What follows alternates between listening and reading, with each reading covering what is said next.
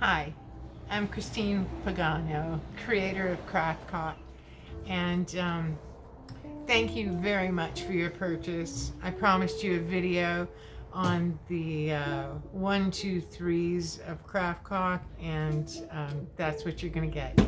So strap in, and I will cover the most important issues on how to craft successfully with CraftCaulk. I think you're going to find it very accessible, and get ready to have a lot of fun. The most important thing is to wash your materials, especially if they're beach found like mine are. You've got the sea glass that's been sitting in a jar for too long. Give these a rinse with I like to use white vinegar and water. About a cup of white vinegar to a gallon of water is sufficient, and then let it dry thoroughly before you put it in the craft. And the same goes with the shells. If they've been sitting in a container and getting dusty, you want a nice clean surface so that the adhesion is good with CraftCaulk.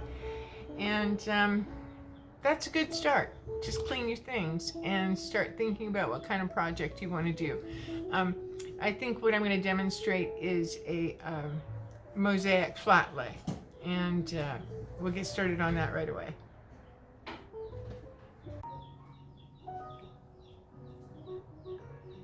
How do you get into a tube of CraftCaulk?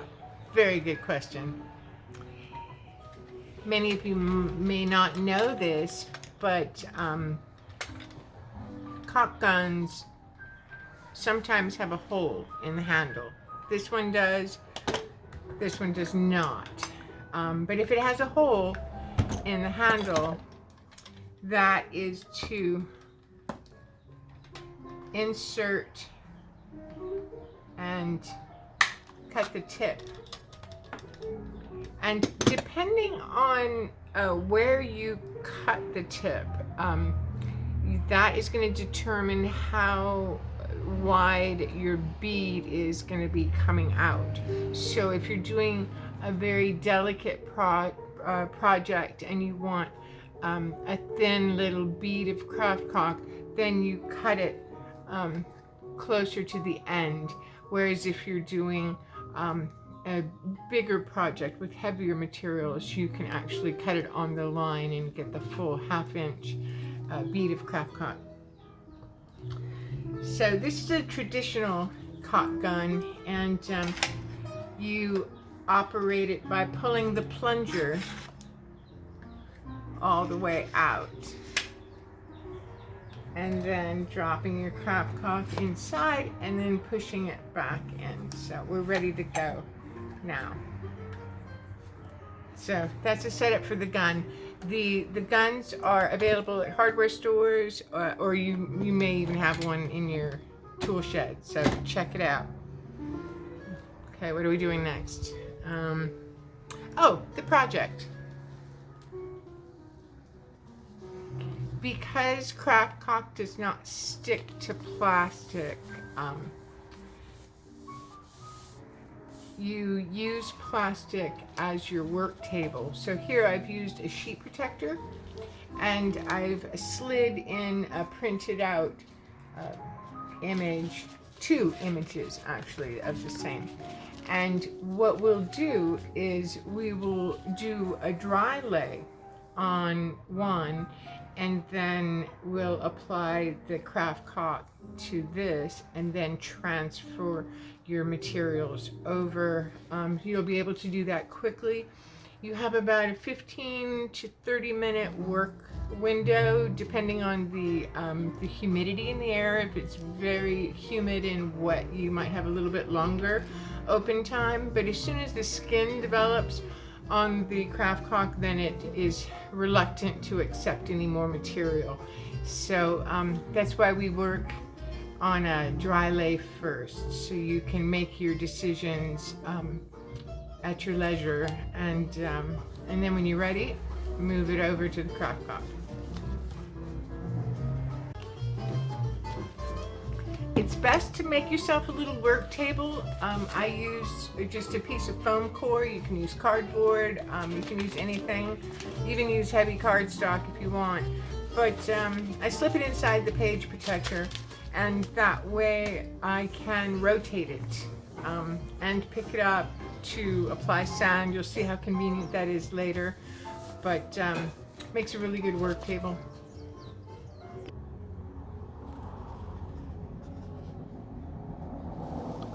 Here I've taken a moment and done a simple dry lay with these pieces of sea glass, and I'm getting ready to transfer them over to the CraftCaulk heart. I'll show you how I apply it. And this is an interesting little trick. These were originally white sea glass pieces that I painted the backs with a little metallic paint, and that gives the illusion of turquoise sea glass or lavender or any other color that you want. You use it in craft, and you use it painted side down, and that way you can have colors that maybe you couldn't find, because I'll tell you, I don't find this color very often, but I sure do love it. So I want to see it in my craft, and I don't mind a little faux action going on. So here we are with the dry lay, and I'm going to take a break and show you the proper hand position for the CraftCaulk application. When you're ready to apply the CraftCaulk, I use my dominant hand to squeeze the handle, and then I hold the other end with a finger, and give myself a little base to secure the movement of the tip. And then I began slowly letting the CraftCaulk build up under the end of the plastic tip.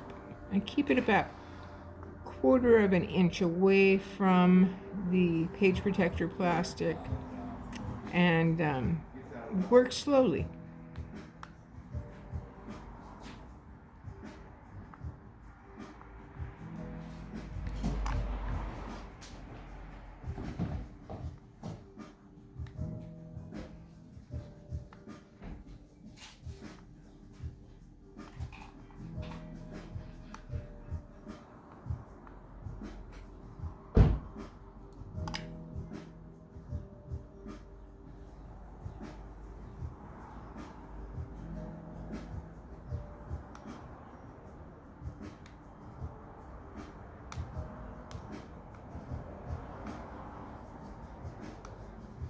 So I think for this project, the CraftCaulk tip could be opened up a little bit more. So I'm going to cut some off that tip, because it doesn't need to be this narrow. It's going to take me too long to fill in all that space. So I'm going to cut some off.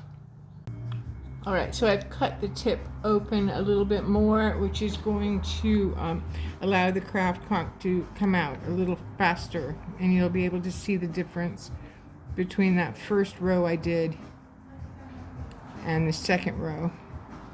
And when you're doing rows, you want the bead of CraftCaulk to touch the one next to it, or you might have a gap that sunlight will get through.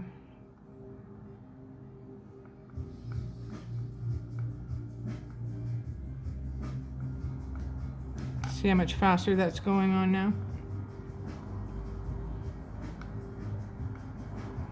And this allows you to embed thicker items as well. If your sea glass is exceptionally thick, or if you're using big pieces of coral or rock or whatever, you want to give yourself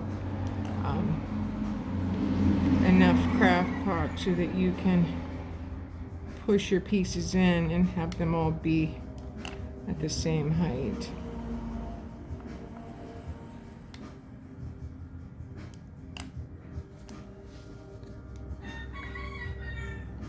I usually like to stand to do this part because I hold the CraftCaulk tube at a 90-degree angle. It's easier to do standing.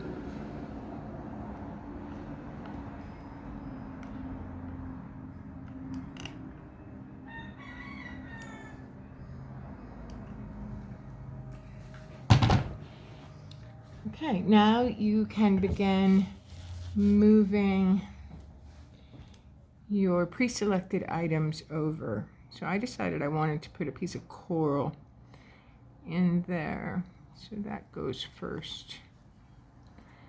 And you can just rest the sea glass on the CraftCaulk and it's going to stick just fine. Wait and see. Try not to get your fingers in it. It's not toxic, but what will happen is you'll end up getting CraftCaulk on everything else, and that's a drag. Get little CraftCaulk fingerprints. So try and avoid that. If you need to use tweezers, that's a good way to avoid getting CraftCaulk on your fingers. But if you do, simply wipe it off with a wet paper towel.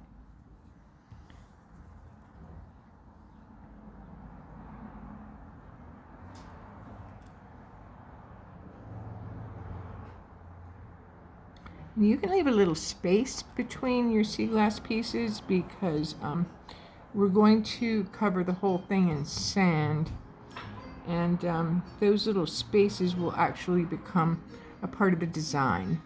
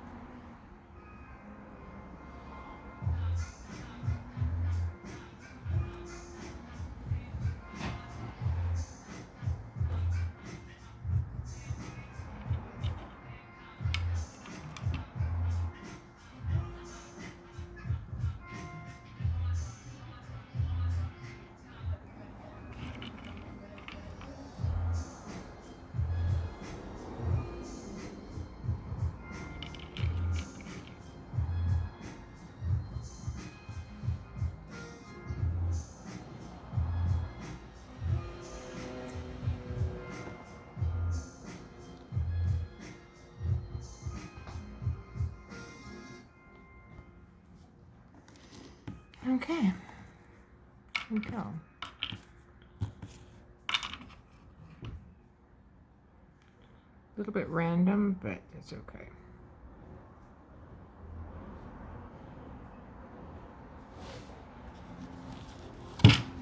I'm going to take you over and show you how I put sand on the whole thing.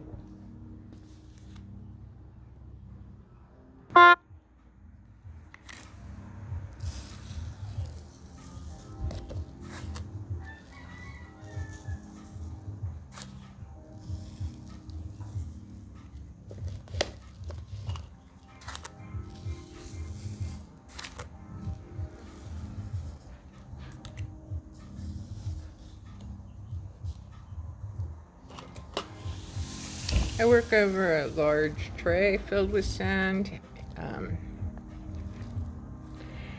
So I can just pour it over, but you see how the sand really tightens up the expression?